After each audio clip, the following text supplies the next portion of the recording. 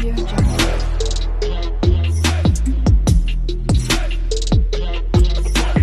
Audio Jungle. So ito po yung preparation ng occasions namin. So yung tinatawag na bugwa sa ritual ng Ifugos. Ay ito po yung kadalasan na nangyayari sa mula noon hanggang ngayon hanggang pa. So ang unang ipakita ko po yung presentation po ng family, ang anak ni Lola at Lolo. So yan, bale siyam po silang magkakapatid. So yan po ang Lola at Lolo namin na aming naalala. So yan ang aking mother at brothers and their families. So ayan, siyam po silang magkakapatid. Ayan, mga pinsan ko. Ako po yung panganay na apo nila Lola at Lolo. So, ako ay wala dyan. Sana all. So, ayan po sila ang aking mga titos, titas, and my cousins. So, ayan.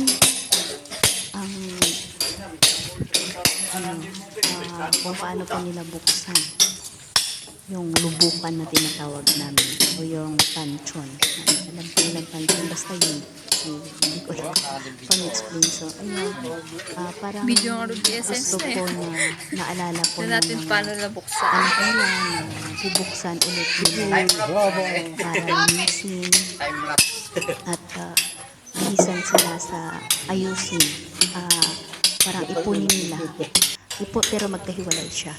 So, balutin nila sa yung Ifugao ethnic attire. So, yan. So, yun po, gagamitin po nila yun. Nakita natin kanina yung naunang pictures nandoon po silang dalawa. So, binalot na po nila yung ito ng Lola at Lolo namin. So, yan, buksan. So,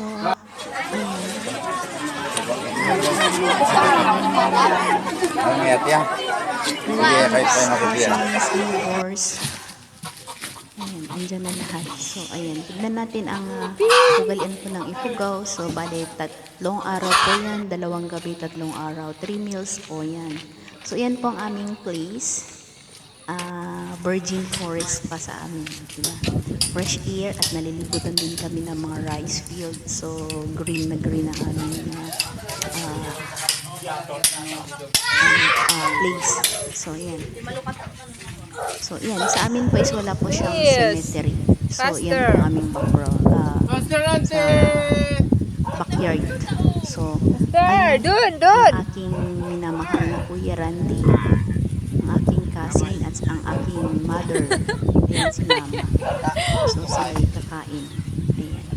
Makita natin yung mga green dyan, yung palay, rice field, at saka tinaniman nila ng mga durian.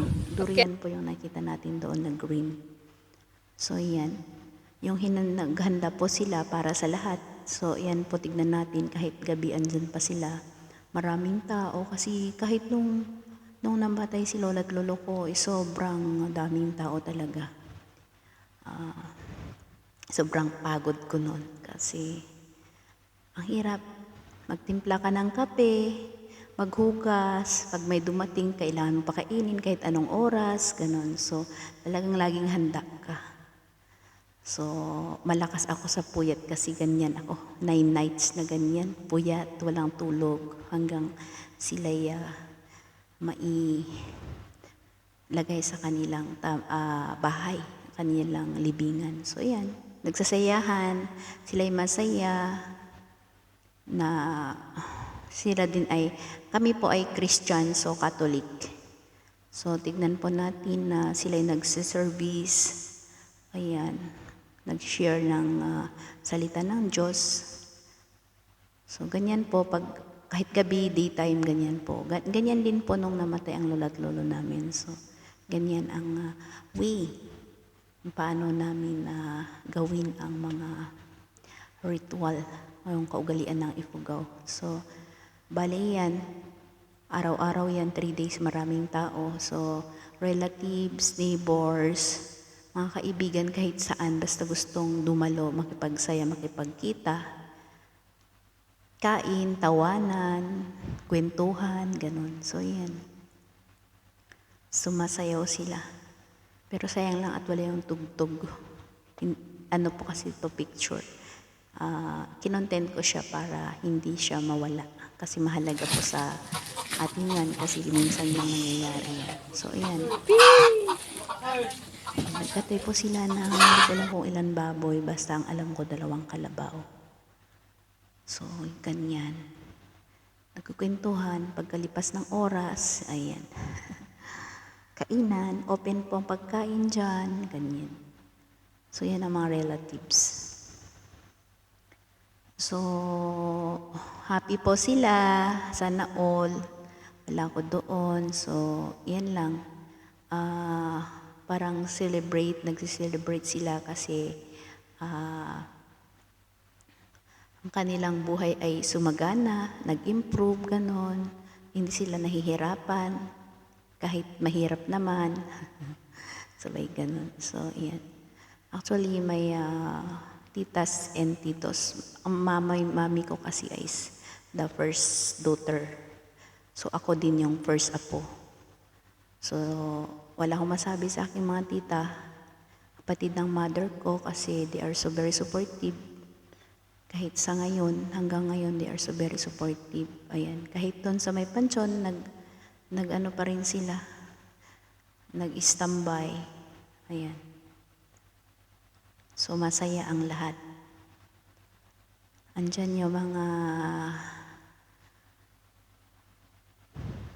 lahat ng relatives na neighbors, gano'n. So, yan guys, ang aming munting gawain, ang aming tradition, sabi nila. So, ilabas yung buto ng mga ating lola't lolo na una, nung matagal na taon. So, ilabas sila para malinisan at bigyan sila ng pansin, kumbaga. So, ayan. Nagsasayahan sila. So, I'm so blessed talaga na kahit sa picture lang makita ko silang nakangiti. So, yan. Mga picture. Ayan ang daddy ko. White hair na. Mga tito ko yan, mga relatives. So yan, pinapaitan ng kalabaw. Kasi po sila nagkatay ng 2 kalabaw at saka mga baboy. So yan, nag-i-enjoy silang kumain.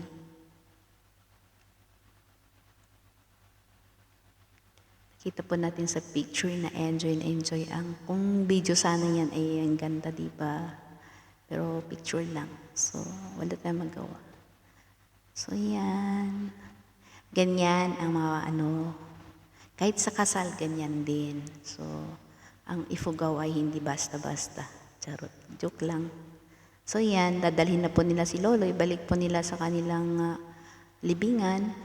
So, yan po yung box. Doon po nila ulit siya ilagay. Ilagay yan. My brother na nakangiti. So, yan. Balik nila. So may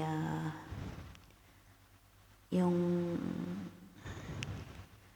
kasihan ng bawat isa ay makita mo talaga na successful. Yan, ang kapatid ng aking lolo. Yan, kung bakit nakita nyo yung meat na ganyan, yan, pinamimigay po nila sa mga relatives. Ayan, namimigay po yung mga cousins ko. At may oranges din, pinamimigay. Yan yung kalabaw na kinatay nila. 2 kalabaw po yan. Tsaka may mga baboy. Hindi ko lang alam kung ilan yung baboy. So malalaking kaldero talaga yung lutuan mo kasi maraming tao, di ba?